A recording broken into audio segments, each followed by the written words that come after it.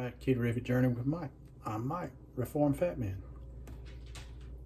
Want something real quick for to snack on, or even a light lunch or something similar? Got just the thing for you. So stick around and find out.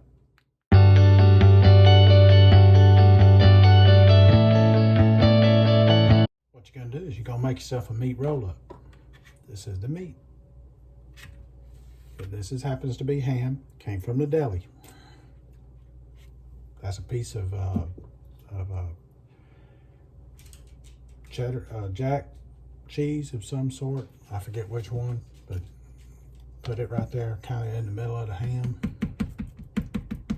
Colby Jack, that's what that is. Dang it, I drew a blank on that one, didn't I? Just sit it in there, and then take it, and I like to tuck that little piece under, and then roll it up tight. You can see I've already made 2 others.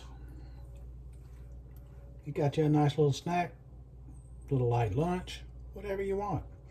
Want to put some salt and pepper on it? Put some salt and pepper on it. But I think the cheese and the ham have enough salt in it that I don't need to do that.